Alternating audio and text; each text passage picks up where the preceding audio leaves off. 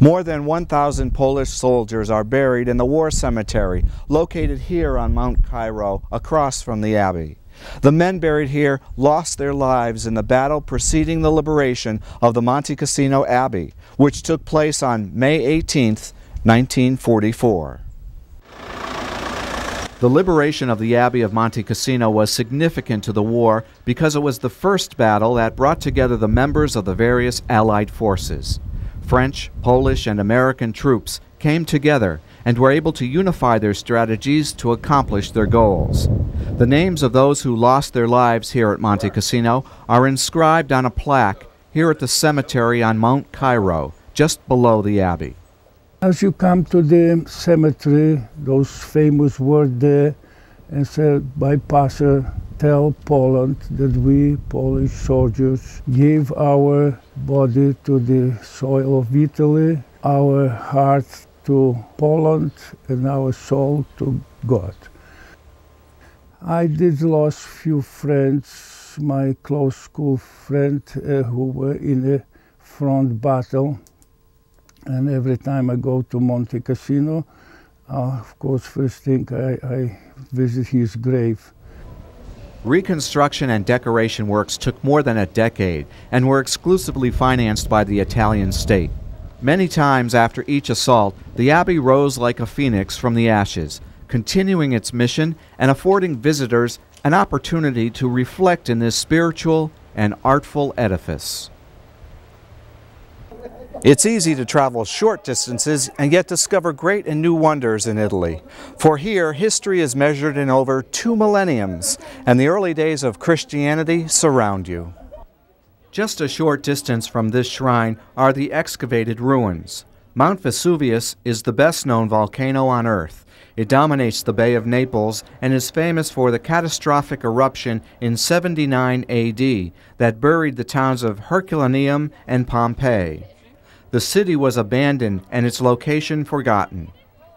Over the years, the city passed into total oblivion, such that even its name was forgotten. Even in the first years of excavations, which began in 1748, no one was quite sure whether the site was Stabiae or Pompeii, until an inscription came to light, which proclaimed unequivocally the name of the Pompeian colony. This is the reconstruction of the Forum of the ruins of Pompeii. After walking through here, you'll have an idea of what the centers of political, economic life, and worship look like by observing the huge standing ruins. Since then, more than 2 centuries have gone by, and millions of visitors have come to experience one of the most significant legacies of the ancient world, carrying away with them sensations and reflections of history and heritage. Newer archaeological excavations began in the mid-19th century. Now, much of Pompeii has been excavated, and it has revealed much about how people lived during that time and died during the eruption. There are numerous molds of people in their final moments. The contorted corpses of some of them have been restored in plaster casts, bringing home the excruciating suffering of a death by suffocation from fumes of the eruption.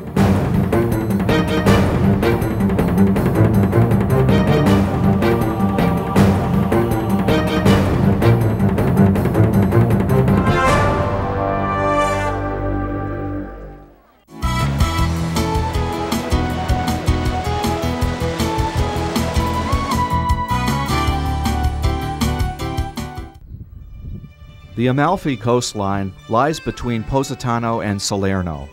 Between those larger towns, you will pass through small villages, churches, and rocky protrusions of lemon trees and villas stretching out to the sea. The people here have a strong affinity with their beloved coast, and they have perfected the art of living, nurtured by infinite vistas of unchanged beauty. Life here still revolves around the sun and the sea, the enjoyment of simple pleasures.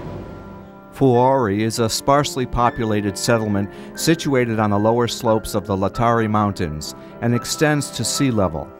Its history and development are tied to the fortunes of the Republic of Amalfi. Not being a well-known destination, tourists have yet to discover this village on the Amalfi Coast and to learn of its great walks through the hills.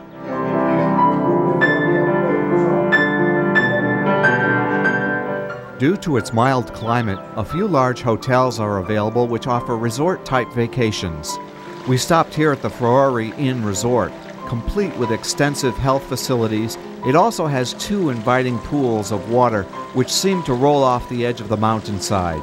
They will ensure a carefree, relaxing time. We learned that the bed and breakfast movement in tourism is beginning to catch on, with more and more people in these hillside towns opening up their homes to the traveler.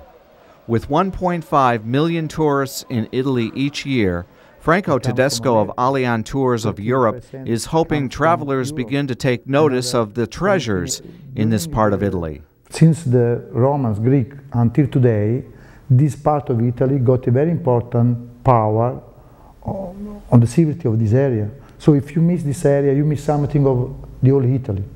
And this area is important too because, like I was telling you before, just doesn't offer you arts, that is plenty of art, like I said you, but like you had the opportunity of seeing here, maybe of feeling here, there is also a touch of warm heart, people are very warm. Yes. Indeed, they are very friendly.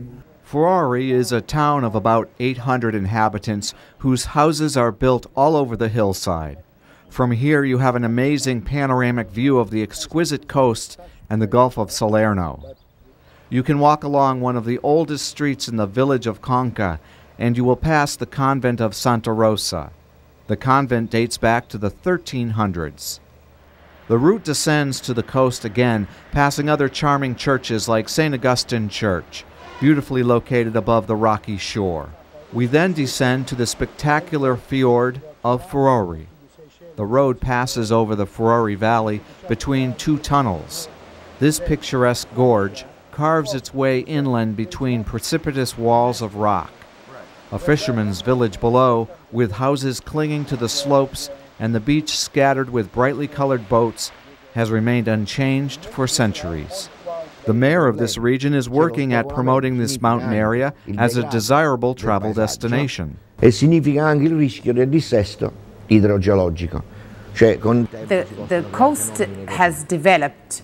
The villages, slowly but surely, are being deserted. And since it's almost impossible to build hotels on the mountains, they have created an association where families have opened up their houses to take in guests, which was called in America and in England and other European countries bed and breakfast.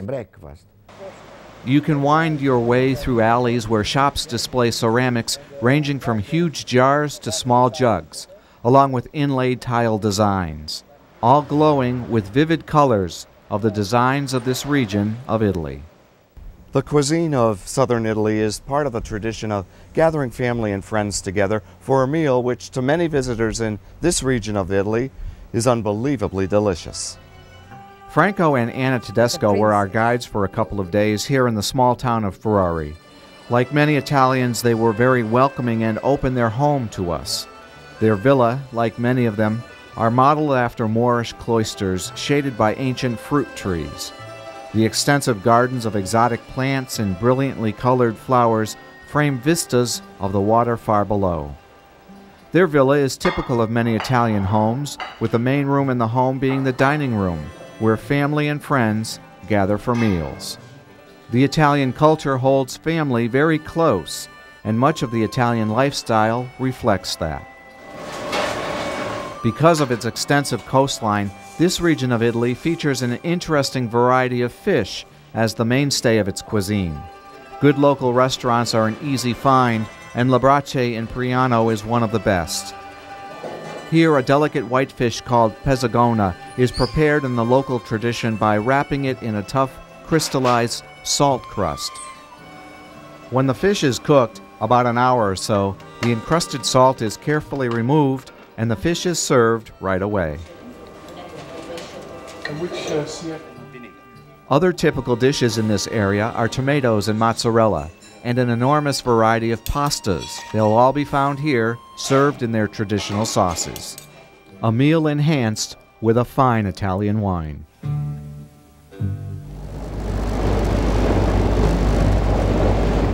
A short afternoon boat ride gave us a different perspective following the coast.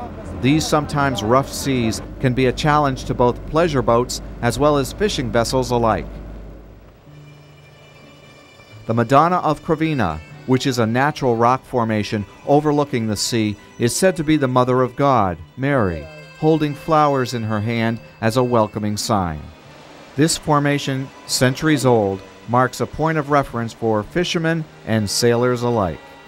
As every corner hides another gem, this part of Italy is perhaps best visited on foot, taking time to notice the influence of architecture and hidden gardens, the palaces, the churches, and the many unexpected glimpses of the sea which reveal themselves without warning.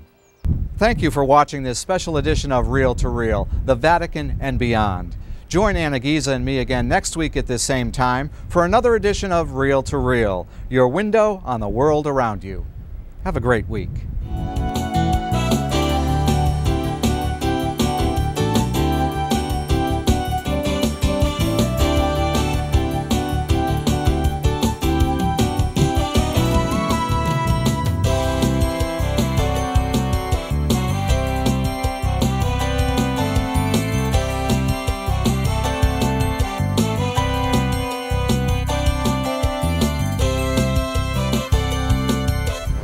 Thank you for joining us on this wonderful adventure with Reel to Reel in Italy. We hope that you will join us on one of our pilgrimages or tours in the year 2004. Arrivederci from Furore, Italy. Look for the professionals at Sea Tours to book your next tour. Personal attention and experienced overseas relations will guarantee you a worry-free and enjoyable trip. Make it Sea Tours of Springfield. Reel to Reel is a production of the Catholic Communications Corporation, funded in part by the annual Catholic Appeal and the support of you, our faithful viewers.